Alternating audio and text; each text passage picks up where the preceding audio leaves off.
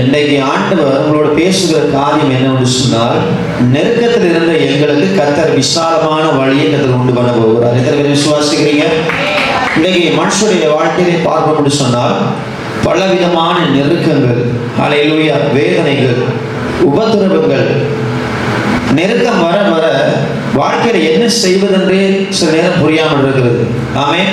சில நேரத்தில் வாழ்க்கையில பார்ப்போம் என்று சொன்னால் கடன் என்கிற ஒரு விதமான நெருக்கம், சிலருடைய வாழ்க்கையில பார்ப்போம் என்று சொன்னால் வியாதி என்கின்ற ஒரு விதமான நெருக்கம், சிலருடைய வாழ்க்கையிலே பார்ப்போம் என்று சொன்னால் குடும்பங்களுக்குள்ளே குழப்பம், இது நிமித்தமாய் பல நெருக்கங்கள் குடும்பத்துக்குள்ளாய் வருகிறது. ஹல்லேலூயா. பல குடும்பம் இப்படி பல விதத்திலே இன்னைக்கு கிறிஸ்தவ வாழ்க்கையிலே இன்னைக்கு வாழ்ந்து கொண்டிருக்கிற நம்முடைய வாழ்க்கையிலே நெருக்கங்கள் நெருங்க நெருக்க நெருக்க சில நேரத்தில் எங்களால் என்ன செய்யறதே தெரியாமல் இருக்கும். ஹல்லேலூயா. இந்த சூழ்நிலை விட்டு நான் வெளியே வருவது, எப்படி இந்த சூழ்நிலை விட்டு நான் விடுதலையாக்கப்படுவது, எப்படி இதை விட்டு நான் கடந்து வருவது என்று சொல்லி அநேக நேரத்தில் நாங்கள் சில நேரத்தில் குழப்பத்தில் இருக்கிறோம். ஹல்லேலூயா. ஆனா வசனம் தெளிவாய் சொல்லுகிறது, நெருக்கத்தில் இருந்து என்னவா? கர்த்தரை நோக்கி கூப்பிட்டேன். யாரை நோக்கி கூப்பிட்டேனா? எவன் ஒரு நெருக்கத்தில் இருந்து ஆண்டவரை நோக்கி கூப்பிடுகிறானோ, வசனம் சொல்கிறது, கர்த்தர் என்னை கேட்டருளுகிறார். ஆமென். ஆண்டவர் என்ன செய்கிறாரா?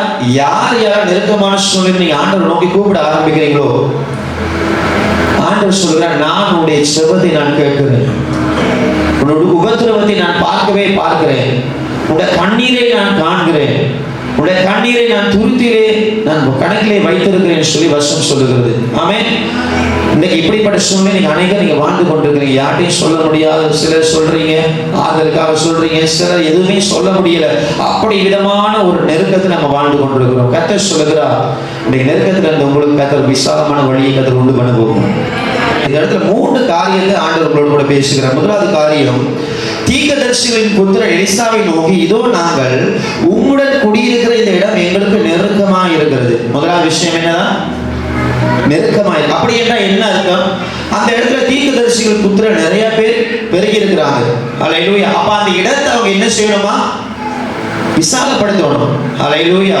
ஒரு காரியத்தை உங்களுக்கு சொல்லுகிறேன், உங்களோட வாழ்க்கையில நெருக்கம் வருதுன்னு சொன்னால் அது அழிவுக்கு அல்ல, விசாலம் உண்டாக்குறதுக்கான காரியம். ஹல்லேலூயா. உங்களோட வாழ்க்கையில நெருக்கம் சூழ நீங்க நினைக்கிறீங்க, சில நேரத்துல சிலர் பலவிதமான தீர்மானம் எடுக்கிறாங்க. ஐயோ, இந்த நெருக்கத்தை தாங்க முடியல, பேசாம செத்துட்டா நல்லா இருக்கும். இந்த நெருக்கம் வாழ்க்கையை நெருக்க ஐயோ இந்த வாழ்க்கை வெறுக்குது, ஐயோ என்னால் முடியல, கஷ்டம், என்னால் போராட முடியல, ஜெயம் எடுக்க முடியல, அநேகர் அப்படியே சொல்லி சோர்ந்து போய் நாங்களே சில விதமான தீர்மானங்களை எடுக்கிறோம். தேவ பிள்ளைகளாக இருக்கிற உங்களுக்கு ஆண்டவர் சொல்லுகிற காரியம், இந்த நெருக்கம் அழிவுக்காக அல்ல, இந்த நெருக்கத்தின் மூலமாக கர்த்தர் ஒரு பெரிய விசாலத்தை கர்த்தர் வைத்திருக்கிறார். ஆமென். ஹல்லேலூயா. அப்ப அந்த இடத்துல தீர்க்கதரிசிகள் புத்திரர் என்ன செய்யறாங்களா? இடம் நெருக்கமாக இருக்கிறது, இதை கொஞ்சம் விசாலப்படுத்துவோம், இடத்தை கொஞ்சம் பெரிதாக்குவோம். எங்களுக்கு எல்லாருக்கும் தெரியும், நான் அடிக்கடி இந்த சாட்சி சொல்றது, ஆரம்ப நம்முடைய சபை மரத்துக்களாக இருந்து ஒரு 4 பேரோடு ஆரம்பிக்கப்பட்ட சபை. அது பிற்பாடு அந்த இடத்துல ஸ்டீவன் அவருக்கு அந்த வீட்டிலே ஆரம்பிக்கப்பட்டது. ஒரு 6-7 பேர் இருப்போம். ஆண்டவர் சொன்னார், நீ இந்த இடத்த விசாலமாக நான் நிரப்புவேன்னு சொல்லி, சரி ஆண்டவர் சொல்றேன்னு சொல்லி கொஞ்சம் பகுதியை நாங்கள் கட்டினோம். இதுக்குள்ள ஆட்கள் வந்தா போதும் என்று சொல்லி ஒரு கொஞ்சம் விசுவாசத்தோடு கூட நாங்கள் கட்டினோம்.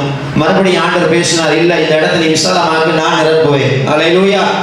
ஆண்டவர் பார்த்து அடிக்கடி நான் கேட்கிற காரியம், இந்த ஆலயத்தை விசாலமாக்கி, ஆண்டவரே நீங்க சொன்னபடி ஆலயத்தை விசாலமாக்கியாச்சு, ஆனா ஆட்களே இல்லை ஆண்டவர், என்ன செய்கிறது? ஆண்டவர் சொன்ன, நீ செய், நான் நிரப்புகிறது. ஹல்லேலூயா. இப்ப கர்த்தர் இந்த இடத்தை விசாலமாக்கியாச்சு, இப்ப இந்த இடத்துக்கு போதாது. ஆமென். அப்படி என்று சொன்னால் என்ன? கர்த்தர் விசாலமான ஒரு காரியத்தை கர்த்தர் வைத்திருக்கிறார், ஒரு ஆசீர்வாதமான காரியத்தை வைத்திருக்கிறார். சில நேரத்தில் நெருக்கம் வருகிறது நம்முடைய வாழ்க்கை நல்லது. ஆமென். வசனம் சொல்லுகிறது, நீதிமொழிகள் சங்கீதம் 34வது அதிகாரம் 19வது வசனம் சொல்லுகிறது, நீதிமானுக்கு வரும் துன்பங்கள் அநேகமா இருக்குமா, ஆனா கர்த்தர் அவையிலிருந்து அவனை என்ன செய்யறாரா? விடுதலை ஆகிறார்.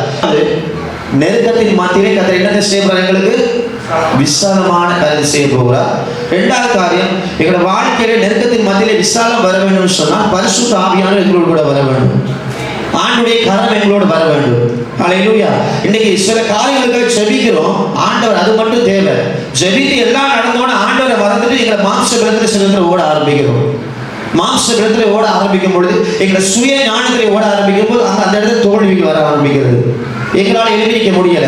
ஆனா இதுவே நெருக்கத்தின் மத்தியிலே ஆண்டவர் பரலோக தகப்பன் உங்களோடு கூட இருப்பார் என்று சொன்னார். நீங்கள் எப்படிப்பட்ட நெருக்கத்தின் ஆழத்திலே போனாலும் கர்த்தர் உங்களை தூக்கி எடுத்து கண்மலை மேல் நிறுத்தி ஆசீர்வதிக்கிறார்.